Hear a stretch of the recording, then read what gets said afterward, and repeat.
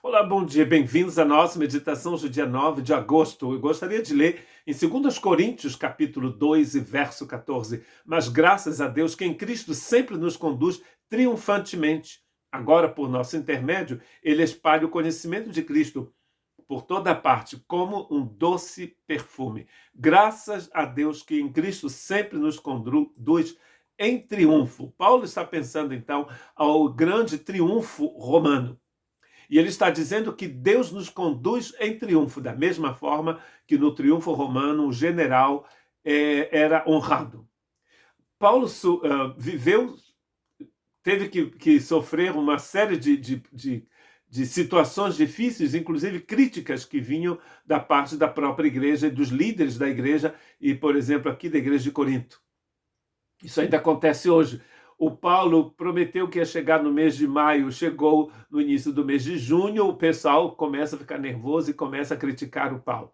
Ninguém se lembrou que talvez houve uma greve dos aviões, do trem, porque na França tem muita greve, muita greve. Então talvez o trem estava em greve e Paulo chegou um mês atrasado. Então o pessoal vai criticar Paulo, vai dizer que o Paulo era fraco, não tinha palavra, que o Paulo dizia uma coisa e fazia outra. Sabe como é que é, né? Os irmãos, às vezes, e as irmãs gostam muito de criticar. Né? Ninguém quer que seja ser criticado, mas gosta muito de criticar. Então isso é tão velho quanto Matusalém, como se diz aqui na França.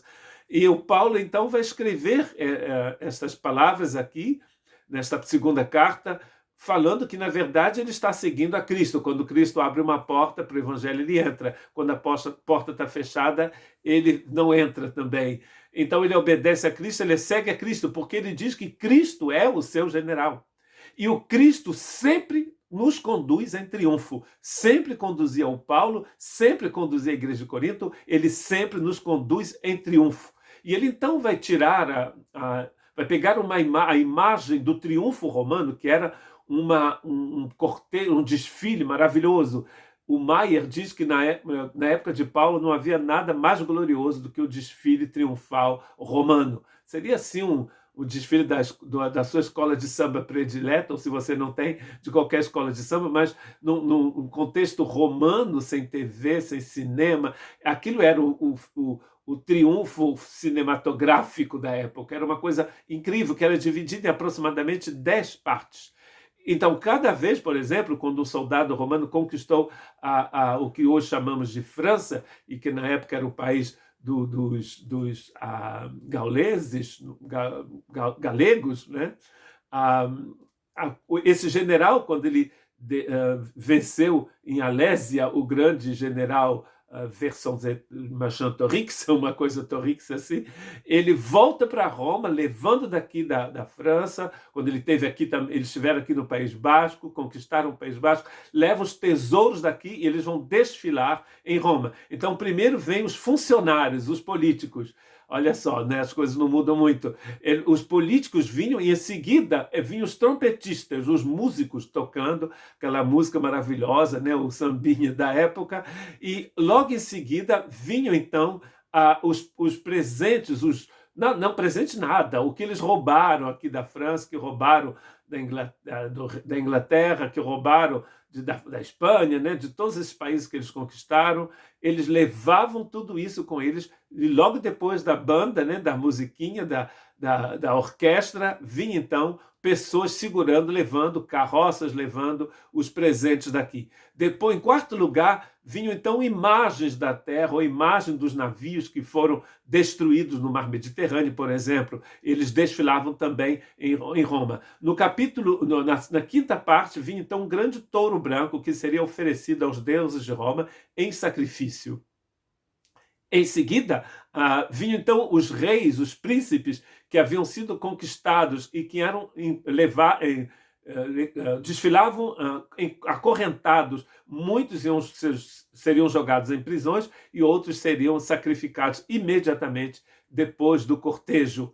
Em sétimo lugar, vinham então os músicos, os outros músicos tocando outros tipos de instrumentos, com instrumentos de percussão, as liras, esses também desfilavam no meio. Percebe que mais no meio músicos na frente, músicos no meio. Dá para pensar um pouco na escola de samba do Rio de Janeiro, ou de São Paulo, de qualquer lugar do Brasil, ou de outros lugares do mundo. Em seguida vinham os religiosos, né? Os sacerdotes com incensos. Então havia muito perfume, muita fumaça naquele desfile. E em seguida, então, vinha o general seguido do seu exército, aquele general que o imperador queria honrar naquele dia. O Paulo está, inclusive esses soldados gritavam a glória àquele general, como os anjos cantam pelos séculos dos séculos, glória àquele que vive e que reina pelos séculos dos séculos, para sempre. Então, o Paulo está dizendo que o Cristo é comparado a esse general vencedor. Inclusive, mais tarde, ele vai falar dos inimigos que estão acorrentados, que são os nossos inimigos. O Paulo tem essa imagem em seu coração e ele vai também utilizar essa imagem na carta aos Colossenses, do triunfo de Cristo Jesus. Paulo conhecia o triunfo, ele havia estado em Roma, ele viu esse triunfo e agora ele está dizendo: Cristo é como esse general vitorioso e nós somos levados nesse cortejo de vitória. Deus nos conduz, ele está dizendo sempre, Deus te conduz em triunfo sempre.